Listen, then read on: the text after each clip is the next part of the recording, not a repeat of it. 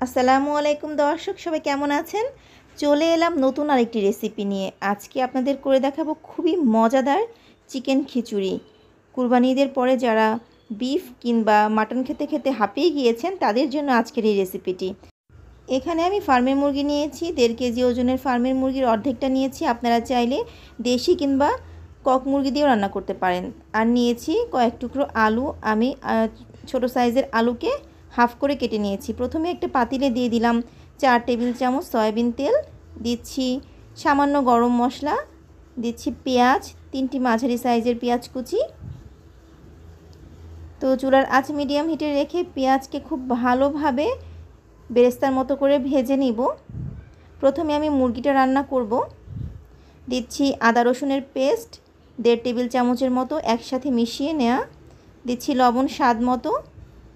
এখন দিব হলুদের গুঁড়া 1 চা চামচ, মরিচের গুঁড়া হাফ চা চামচ, দিচ্ছি জিরার গুঁড়া হাফ চা চামচ, দিচ্ছি গরম মশলা হাফ চা চামচ, আর দিব রাঁধুনি মাংসের মশলা 1 চা চামচ।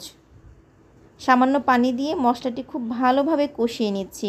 আপনারা চাইলে রাঁধুনি মাংসের গুঁড়াটা না দিয়ে আপনারা চাইলে গরম মশলা আর হলুদ মরিচের গুঁড়াটা বাড়িয়ে দিতে পারেন। আর দিচ্ছি 5 ফোড়ন। 5 ফোড়নটাও অপশনাল, চাইলে দিতে পারেন, না দিলেও চলবে। 5 ফোড়ন না দিলে অবশ্যই কিন্তু আস্ত জিরা দিয়ে নেবেন। আর এখন মাংসগুলোকে দিয়ে আলুগুলোকেও দিয়ে দিচ্ছি। যেহেতু ফার্মের মুরগি তাই খুব সহজেই কিন্তু মাংস সিদ্ধ হয়ে যায়, তাই আলু মাংসের সাথে দিয়ে দিলাম। খুব ভালোভাবে মশলার সাথে মেখে নেব চুলার আঁচ মিডিয়াম লো হিটে রেখে। ফার্মের মুরগি কিন্তু অবশ্যই খুব ভালোভাবে কষিয়ে নেবেন। সামান্য পানি দিয়ে চুলার আঁচ মিডিয়াম হিটে রেখে আমি এখন মাংস কষিয়ে নিব। ঝটপট রান্নার জন্য কিন্তু আজকের রেসিপিটি খুবই জরুরি একটি রেসিপি। ঢাকনা দিয়ে দিয়েছিলাম। 10-15 মিনিট পর ঢাকনা খুলে দেখতে পাচ্ছি মাংসটা অনেকটাই কষে এসেছে। যারা ব্যাচেলর রয়েছেন কিংবা নতুন রাঁধুনি কিংবা ঝটপট রান্না করতে চান তাদের জন্য আজকের রেসিপিটি খুবই কাজে আসবে। এখন সামান্য পানি দিয়ে নিলাম সিদ্ধ হওয়ার জন্য। চুলার আঁচ মিডিয়াম হিটে রেখে ঢেকে দিচ্ছি 10 থেকে 15 মিনিটের জন্য। তো 15 মিনিট পর দেখতে পাচ্ছি পানি কিন্তু শুকিয়ে গেছে, তেল ভেসে উঠেছে। মাখো মাখো রাখতে হবে ঝোলটি। এই পর্যায়ে আমি আরেকটা পাতিলে হাফ কাপের মতো বুটের ডাল সিদ্ধ করে নিয়েছি। আমি আজকের রান্নাটি খিচুড়িটি হচ্ছে বুটের ডাল আর মসুরের ডাল দিয়ে রান্না করব। তো বুটের ডাল সিদ্ধ করে নিয়েছি 70%-এর মতো। এখন মাংসে দিয়ে দিলাম। কিছুক্ষণ নেড়ে চেড়ে এটা রেস্টে রেখে দিব। তারপর আমি খিচুড়ির রান্নায় চলে যাব। তো দেখুন দর্শক, এখানে আমি 1 পট চিনি গুঁড়া চাল নিয়েছি আর এখানে হাফ কাপের মতো মসুরের ডাল নিয়েছি। চাল ডাল মিশিয়ে নিলাম। খুব ভালোভাবে ধুয়ে কিছুক্ষণ ভিজিয়ে রাখবো। অন্যদিকে যে পাতিলে মাংস রান্না করেছিলাম সেই পাতিলে এখন বাকি খিচুড়ি রান্না করে নিব, যাতে ঝোলগুলো ভালোভাবে মিশে যায়।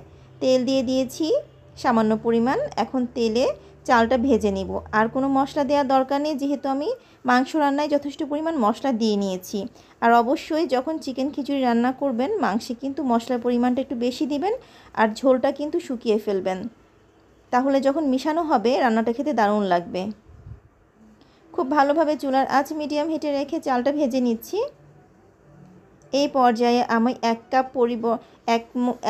কাপ চালের পরিবর্তে আমি এখানে 2.5 কাপ পরিমাণ গরম পানি দিয়ে নিলাম। যেহেতু খিচুড়ি রান্না করব তাই গরম পানির পরিমাণটা হাফ কাপ বেশি দিলাম।